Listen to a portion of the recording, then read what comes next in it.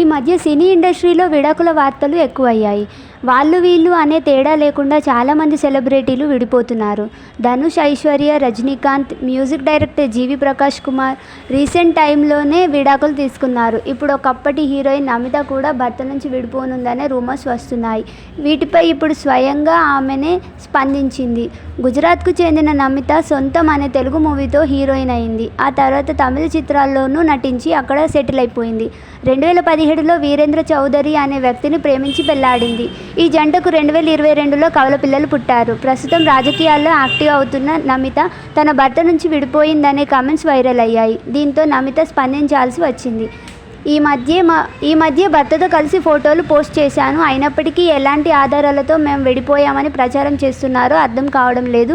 నటిగా నేను ఈ రంగంలో చాలా వదంతులు ఎదుర్కొన్నాను. ఇప్పుడు వచ్చిన దాంతో నేను నా భర్త ఏం బాధపడట్లేదు, ఫుల్గా నవ్వుకున్నాం అని నమిత చెప్పుకొచ్చింది.